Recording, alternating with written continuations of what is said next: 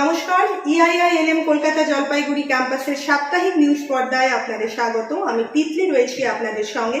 প্রথমেই চোখ রাখবো এই সপ্তাহের ক্যাম্পাসের গুরুত্বপূর্ণ ঘটনাগুলির দিকে।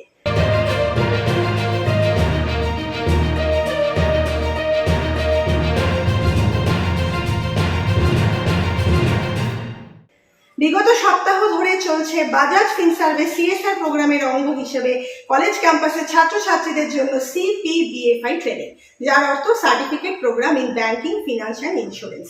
বিগত সপ্তাহ জুড়ে ছাত্রছাত্রীদের ব্যাংকিং, ইন্স্যুরেন্স এবং সফট স্কিলের ওপর ট্রেনিং দেওয়া হয়েছে। এবার বাজাজ ফিনসার্ভের এই ট্রেনিং প্রোগ্রামগুলোর তৃতীয় দফার ট্রেনিং শুরু হয়ে গেল, যার মাধ্যমে মূলত ছাত্রছাত্রীদের মানসিকভাবে কিভাবে ফিট এবং সুন্দর থাকা যায় সেই বিষয়ের উপর টিপস এবং ট্রেনিং দেওয়া হচ্ছে। এই ট্রেনিংগুলোর মাধ্যমে ছাত্রছাত্রীরা ভীষণভাবে উপকৃত হচ্ছে এবং আগামী দিনে ছাত্রছাত্রীরা তাদের কর্মজীবন এবং তাদের ব্যক্তিগত জীবনকে সামঞ্জস্যপূর্ণভাবে চলতে শিখবে, এমনটাই মনে করছে কলেজের ছাত্রছাত্রী সহ অন্যান্য সকল শিক্ষক শিক্ষিকারা। আসবো পরবর্তী খবরে। গত 1 জুন EIILM কলকাতা জলপাইগুড়ি ক্যাম্পাসের ওপেন ফোরামে ক্যাম্পাসের অডিটোরিয়ামে একটি প্যারেন্টস টিচার্স মিটিং এর আয়োজন করা হয়। যে মিটিং এ মূলত ছাত্রছাত্রীদের কলেজ ক্যাম্পাসে উপস্থিতির হার, তাদের পঠন পাঠন, তাদের সেমিস্টার পরীক্ষা সংক্রান্ত যাবতীয় বিষয় এবং তাদের সমস্যার সুবিধা অসুবিধা ইত্যাদি বিষয়গুলোকে সামনে রেখে অভিভাবক এবং শিক্ষক শিক্ষিকাদের মধ্যে বিবিধ আলোচনার আয়োজন করা হয়। এই আলোচনার মাধ্যমে মূলত এই মিটিং এর মাধ্যমে আগামী দিনে ছাত্রছাত্রীরা ভীষণভাবে উপকৃত হবে এবং এই ধরনের প্যারেন্টস টিচার্স মিটিং আগামী দিনে ভীষণভাবে ফলপ্রসূ হবে, এমনটাই মনে করেছেন অভিভাবক সহ সকল শিক্ষক শিক্ষিকারা। আসবো পরবর্তী খবরে। গত 1 জুন EIILM জলপাইগুড়ি ক্যাম্পাসে নিউ এডুকেশন পলিসি 2020 নিয়ে একটি সরাসরি লাইভ অনুষ্ঠান সম্প্রচার করা হয়।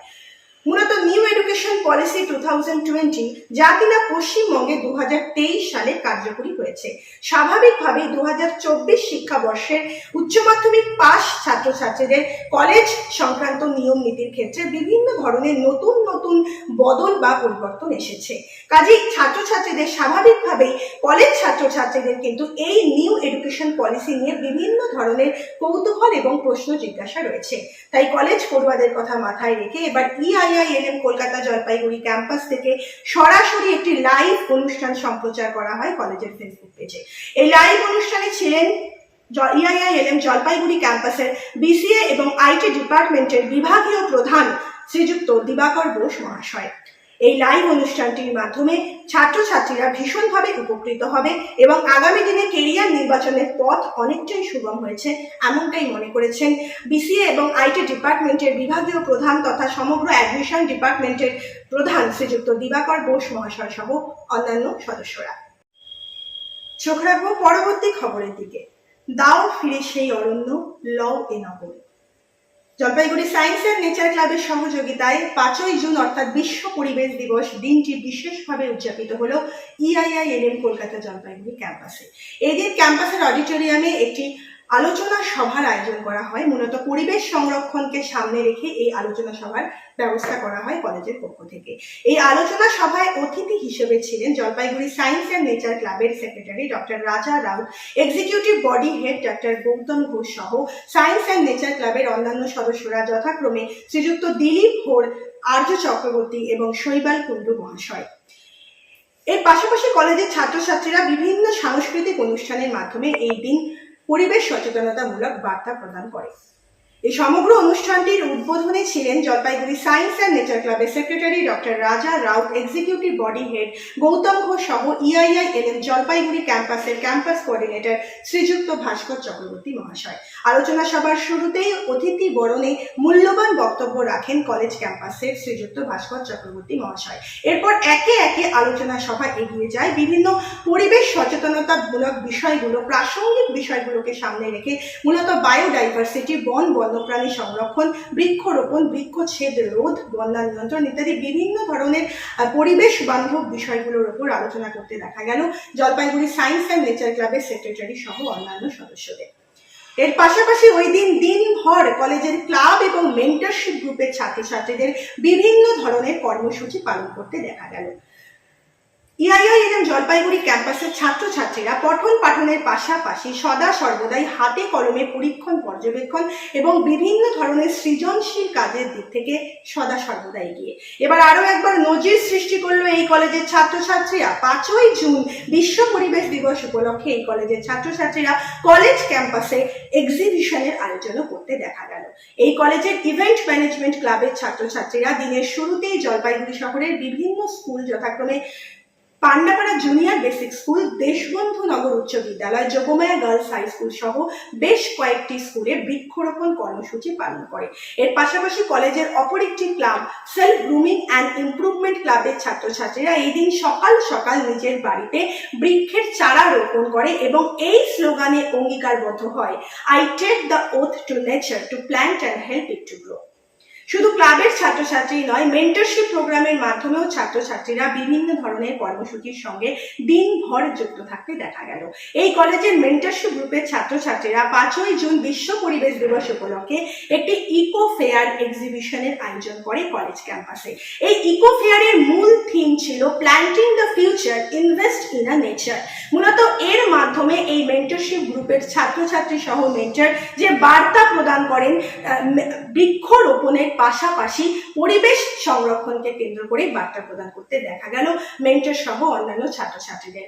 এই ফেয়ারে বিভিন্ন ধরনের এক্সিবিশন স্টলের আয়োজন করা হয় এবং এই ফেয়ারের মূল আকর্ষণ ছিল একটি লাইব্রেরি, যার নাম ছিল নেচার ফ্লোর লাইব্রেরি স্টল। মূলত এই লাইব্রেরি স্টলের উদ্দেশ্যই ছিল প্রকৃতির সান্নিধ্যে বই পাঠের অভ্যাসকে ফিরিয়ে আনা।